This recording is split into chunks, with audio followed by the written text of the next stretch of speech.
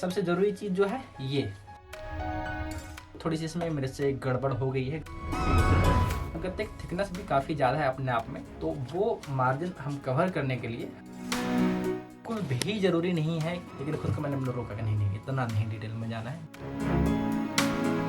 इसको बनाने में कई बार वाट लग जाती है। तो दिख रहा संरचना इसमें और वाइट सा जिस पे पुता हुआ है, क्या क्या अल्टरनेटिव आइडियाज हो सकते हैं इसको करने के,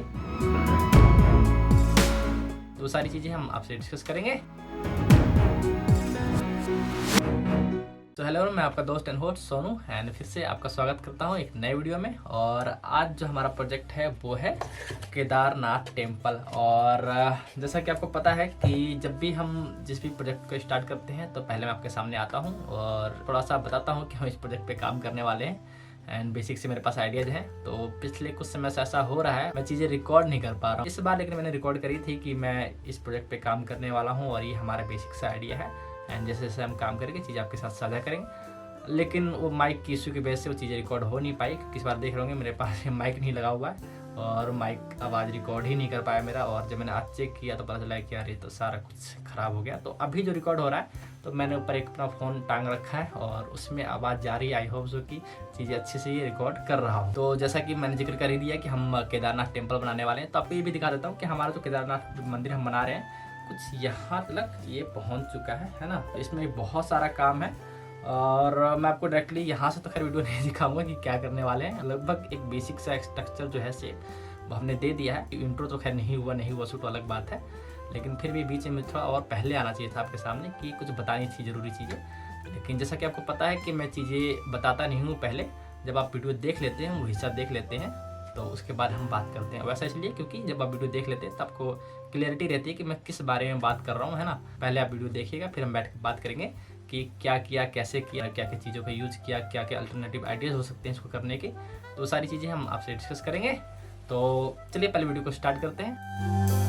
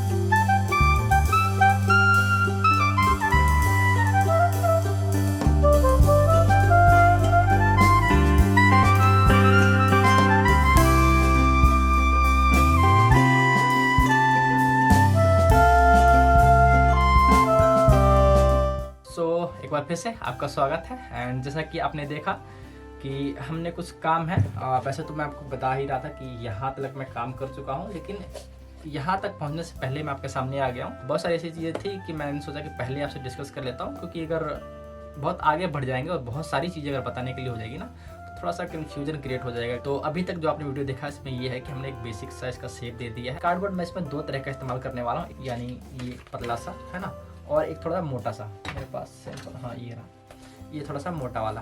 अंतर आपको अगर दिख रहा है तो ठीक है, नहीं तो कोई बात नहीं। थोड़ा सा मोटा वाला इसलिए क्योंकि जो स्ट्रक्चर जो मेन है वो मैंने मोटे से दिया है, एंड आगे जो डिटेलिंग वाला जिसमें काम करूँगा वो थोड़ा पतले वाले से करूँगा। एंड अगर आपके पास पतला वाला गत्ता नहीं है तो दो तीन जो पेपर पतली वाली जो शीट्स आती हैं ना, जो कि कॉपी के कवर्स में होती है जो मोटी वाली, उसको रख के मोटा कर सकते हैं। एंड जो यहाँ पे मैंने अभी डिटेलिंग वाली काम करी है, ये सब चीज़ें वो आप उससे कर सकते हैं, लेकिन ये तो बात की बात है। और अभी तक तो आपने देखा यही कि हमने सिर्फ मोटे वाले गत्ते का ही इसमें इस्तेमाल किया है। और एक चीज़ और आपने देखी होगी कि इस बार मैं ग्लू गन का काफ़ी ज़्यादा इसमें इस्तेमाल कर रहा हूँ, ग्लू गन का ही इस्तेमाल कर रहा हूँ। तो आपको मैं बता दूं, ऐसा बिल्कुल मत सोचिए कि ग्लू गन का इस्तेमाल करना ज़रूरी है, कंपलसरी है। तो आप नॉर्मल ये ग्लू का यूज कर सकते हैं, किसी भी ब्रांड का। ग्लू गन मैं बस इसलिए इस्तेमाल कर रहा हूँ कि काम थोड़ा सा मेरा फास्ट हो जाए, है ना। नॉर्मल ग्लू आप इस्तेमाल करते हैं तो उसको लगाइए एंड उसको पकड़ के बैठिए, कुछ देर तो बैठना ही पड़ता है ना, कई सारे पीसेस होते तो। और ग्लू गन में क्या है कि फटाक से लगाइए एंड पेस्ट कर दीजिए। और ये मैंने बहुत पहले ही खरीदा था, लगभग 1 साल होने वाला है, 1 साल नहीं 6-7 महीने होने वाला है। ये जो ग्लू गन है ये बहुत महंगा नहीं आता है यार, लगभग 350-400 रुपये का आता है। और ये है ग्लू स्टिक, थोड़ी सी इसकी महंगी पड़ती है, लगभग 10 रुपये की एक पीस पड़ जाती है। पीछे मैं सदर बाजार गया था, होलसेल रेट में वहाँ 10 रुपये प्रति पीस के हिसाब से, यानी जो बंडल था, पैकेट था, उसमें शायद 35 या 36 थे, वो 350 रुपये का था, उस हिसाब से 10 रुपये प्रति पीस पड़ गया था। और बाकी लोकल मार्केट में मेरे ख्याल से और भी ज़्यादा महंगा पड़ सकता है। तो बेस्ट यही रहेगा कि फेविकॉल पे जाइए। लेकिन अगर आप कई सारे प्रोडक्ट बनाते हैं और काम थोड़ा सा उस तरह का है कि वेट नहीं कर सकते सूखने वगैरह, तो ये आप ग्लू गन खरीद सकते हैं। बहुत महंगा नहीं है अगर देखा जाए तो, काम के हिसाब से। टाइमिंग भी तो होती है, वो भी काफ़ी महंगी होती है, कीमती होती है। ऐसे ग्लू गन का मैं रिव्यू दूँ तो काफ़ी अच्छा है, आप चाहें तो बाई कर सकते हैं। मैं आपको लिंक जो है डिस्क्रिप्शन में दे दूंगा, ठीक है। अब बात कर लेते हैं प्रोजेक्ट के बारे में, बहुत होगी इधर की बात है। सबसे पहले बात कर लेते हैं थोड़ी सी साइजेस की। जो भी साइजेस है आपको स्क्रीन पे आई होगी, लेकिन फिर भी मैं आपको बता के एक बार क्लियर कर देना चाहता हूँ, थोड़ा सा कोई कन्फ्यूजन ना रहे, है ना। वो तो है ही, कुछ और भी चीज़ें हैं जो कि ज़रूरी है बतानी। तो नाप के ही बताऊँगा, मुझे इतनी याद रहती हैं ये क्या चीज़ें। 13.5 बाई 12.5। तो आगे का जो एरिया देख रहे हैं ये 13.5 बाई 12.5 का है। स्क्वायर में हमने कटिंग करी थी, और उसके बाद ये डिजाइन है ना, सेंटर से लेकर के। एंड इधर वाला भी तो ये 13.5 ही होगा, ठीक है। और हाइट इसकी 9 है। एंड पीछे आपने देखा होगा कि थोड़ा सा हिस्सा और हमने चिपकाया है अलग से, क्योंकि ऐसा ही है टेम्पल में, तो वो हमने किया। तो इसकी जो चौड़ाई हमने रखी है लगभग 2 सेंटीमीटर रखी है पीछे एक्स्ट्रा निकालने के लिए। और अंदर जो हमने जितना किया है वो है लगभग 1.5 सेंटीमीटर हमने दोनों साइड से अंदर किया है। सबसे ज़रूरी चीज़ जो है ये जो आप स्ट्रक्चर बनाएंगे, एक तो थोड़ी सी इसमें मेरे से गड़बड़ हो गई है। गड़बड़ ये हो गई कि एक्चुअल में जो मंदिर को मैंने बहुत बाद में जब ध्यान से देखा ना, तो मुझे पता चला कि ये जो हमने इतना गोल सा जो किया, इतना गोल है नहीं, थोड़ा सा शार्प है, ऊपर से ऐसे जा रहा है। अगर आप ठीक कर सकते हैं तो वो कर लीजिएगा, ठीक है, कर लीजिए। आप कर लीजिएगा कि यहाँ तक तो हाइट बिल्कुल सीधा ही रहेगा, एंड यहाँ के बाद कर्व होगा। मतलब कर्व क्या होगा, बिल्कुल ऐसे स्ट्रेट लाइन जाएगी, तो वो आप कर लीजिएगा। और यही नहीं, बाकी ये जो पीसेस हैं ये भी वैसे ही रहेंगे। और अब इसकी साइज के बारे में बात कर लेते हैं। इसकी जो साइज है थोड़ी अलग अलग है, मतलब कि चौड़ाई में। तो इसकी जो हाइट है ये 22 बाई 11 है। 2 पीस, एक इधर का एंड एक इधर का, ये 10.5 ही है ये। और ये पीस वो ऐसा इसलिए क्योंकि ये जो गत्ते का थिकनेस आप देख पा रहे हैं यहाँ पे, गत्ते की थिकनेस भी काफ़ी ज़्यादा है अपने आप में। तो वो मार्जिन हम कवर करने के लिए, है ना, वो हमने तो एक्स्ट्रा रखा है। अगर हम अगर पूरा इसे नापेंगे तो ये 11 आराम से पहुंच जाएगा। और इधर तो 11 है ही है, ऊपर से तो खैर का ही पता चलेगा, नीचे से पता चलेगा वो चीज़। आप जो गत्ता यूज कर रहे हैं अगर वो मोटा है ना, तो ही आप ये जो मार्जिन के बारे में बताया तो ही उस पर लागू होता है। ये नहीं कि आपका पतला पतला सा गत्ता है तो फिर आधा इंच का मार्जिन लेके चलेंगे, तब नहीं, तब तो आप बहुत कम में जा सकते हैं। और ऊपर की तरफ आते आते हमने कम कर दिया, तो लगभग 6 सेंटीमीटर पे हम ले आए हैं। और जैसे कि मैंने बताया कि अगर थोड़ा शार्प ले जाएगा तो थोड़ा सा और कम करके आप 5 पे लेके जा सकते हैं। तो इसका जो डिजाइन है मैं कोशिश करूंगा आपको पीडीएफ फॉर्म में प्रोवाइड करवा दूं। एंड ऊपर का जो छत आप देख रहे हैं, कोई भी जो गत्ता होता है तो इस तरह से अगर आप उखाड़ेंगे बीच से, है ना, तो ये नालीदार जो चीज़ें दिख रही हैं इसको कॉर्गरेशन बोलते हैं, आई थिंक कॉर्गरेशन ही बोलते हैं। इसमें मैंने किया ये कि लेयर निकाला है एंड एक दूसरे गत्ते पे इसको पेस्ट कर दिया। क्योंकि लेयर निकालने के बाद पेपर बहुत हल्का हल्का सा हो गया, तो मुझे लगाने में दिक्कत ना हो, इसलिए मैंने एक दूसरे शीट पे इसको पेस्ट कर दिया था। एंड उसके बाद मैंने चीज़ें इस पर चिपकाई है, तो काफ़ी अच्छे से हो गया। और रूफ का जो साइज़ वगैरह मैं क्या ही बताऊँ, इतने सारे डिटेल बताता हूँ तो हो गया। तो आप वो डिज़ाइन में आप देख के चीज़ें समझ लीजिएगा। और ज़रूरी चीज़ों में तो और क्या ही है, मेन साइज ही था। एंड आगे और भी काफ़ी सारी चीज़ें हैं जिस पर मुझे बात करनी है। तो पहले आप वीडियो देखिएगा एंड फिर हम उसके बारे में बात करेंगे। पहले बात नहीं करते हैं क्योंकि गड़बड़ हो जाता है।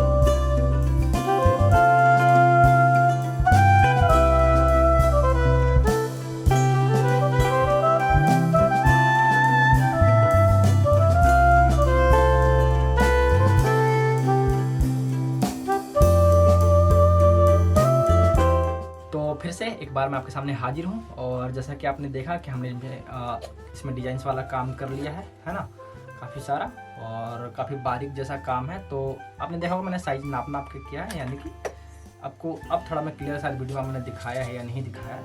तो स्टार्टिंग करी है मैंने 7 सेंटीमीटर अप, है ना, नीचे से 7 सेंटीमीटर ऊपर मैंने पहला लाइन खींचा था। तो ये दूसरा लाइन है ये 6.5 पे है एंड तीसरा लाइन लगभग 4.5 पे है। चौथा जो लाइन है 2.5 पे है एंड ये 1.5 पे है। और मैं आपको बता दूं कि बिल्कुल भी ज़रूरी नहीं है कि आप इतनी डिटेल में डिज़ाइन करें, है ना।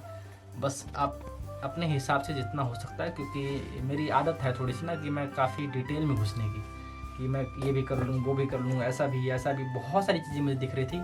लेकिन खुद को मैंने रोका कि नहीं इतना नहीं डिटेल में जाना है, बस कोशिश करना है मैक्सिमम, क्योंकि टाइम भी देखना है ना कि महाशिवरात्रि जो बहुत जल्द आने वाला है, तो उसके हिसाब से आपको चलना पड़ता है। बहुत सारी चीज़ें, काफ़ी सारी चीज़ें और भी हमने इसमें डिटेलिंग वाली काम करी है और कुछ चीज़ें घटाई बढ़ाई भी है। जैसे कि यहाँ पे पहले हमने लगाया था, बाद में उतार दिया। यहाँ पे जो आप देख रहे हैं, यहाँ पे हमने जो चीज़ लगाई थी, जो कटा अपना पीस निकल गया था, तो यहाँ का छत का जो हमने शेप निकाला था ना, उसी में से ये निकल गया। तो इसको बनाने में अगर वाट लग जाती है, तो अगर आप वो पीस संभाल कर रखेंगे जो यहाँ पर आपने कटिंग किया, तो वो आपके यहाँ पे काम आ जाएगा। और बस यही सब चीज़ें, बाकी डिटेल में तो क्या ही है, आप जितना मर्जी कर सकते हैं। और आगे बहुत सारी चीज़ें करनी है।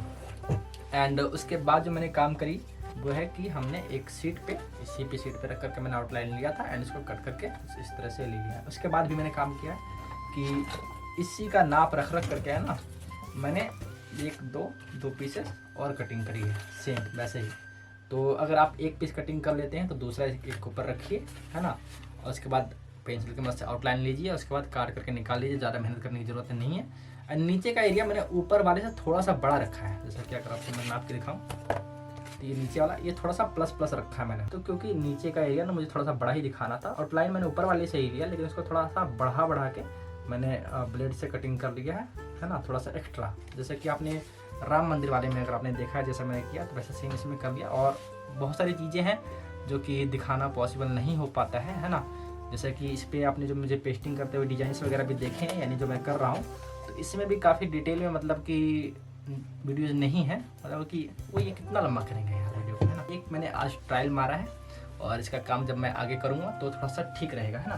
तो आपको इस पर दिखाता हूँ मैं। ये देखिए कुछ दिख रहा है संरचना इसमें कि हमने एक बॉल जैसा कुछ डिजाइन वगैरह बनाया, और वाइट सा जिस पे पुता हुआ है ये दरअसल बॉल पुट्टी है। और इससे पहले आपने कुछ वीडियो में मुझे देखा होगा कि पीओपी का हम इस्तेमाल कर रहे थे, तो इस बार बॉल पुट्टी पे हम आए हैं। और इस पर मैं थोड़ा सा ट्रायल वगैरह मार के मैं देख रहा हूँ कि बॉल पुट्टी गत्ते पे अच्छे से चिपकता है या नहीं, है ना। और इसके बाद जो आप बॉल में जो देख रहे हैं केदारनाथ जो टेम्पल है उसमें ब्रिक्स का, यानी कि वो तो बड़े बड़े पत्थर के ब्रिक्स हैं, तो सेम उसी तरह हमें कुछ शेड वगैरह देना है। और कलर भी इस पर खुल के आ पाएगा क्योंकि वाइट चीज़ है, वाइट चीज़ पे कोई भी कलर जब आप करते हैं तो काफ़ी खुल के चीज़ें सामने आ पाती है, तो अच्छी बात है हमारे लिए। और सैंपल हमारा लगभग ठीक रहा, प्लस मज़ा आ गया देख करके क्या क्या चीज़ें हैं, कैसे करने वाले वो सब चीज़ें तो आप देखिएगा ही। तो सिंपल भी मैंने आपको बता दिया, तो इसी के साथ इस वीडियो को हम यहीं तक रखेंगे, बाकी अगले पार्ट में देखेंगे किस तरह से हम क्या चीज़ें करते हैं। तो मिलते हैं बहुत जल्द आपसे एक नए वीडियो में। उससे पहले जाने से पहले कि अगर आप मुझसे इंस्टाग्राम पे नहीं जुड़े हैं तो जुड़ जाइए, खूब मजा आएगा, चीज़ें आप रेगुलर अपडेट रहेंगे। बस इतना ही, और क्या कह सकता हूँ मैं आपको। तो चलिए मिलते हैं बहुत जल्द एक नए वीडियो में, तब तक के लिए बाय बाय।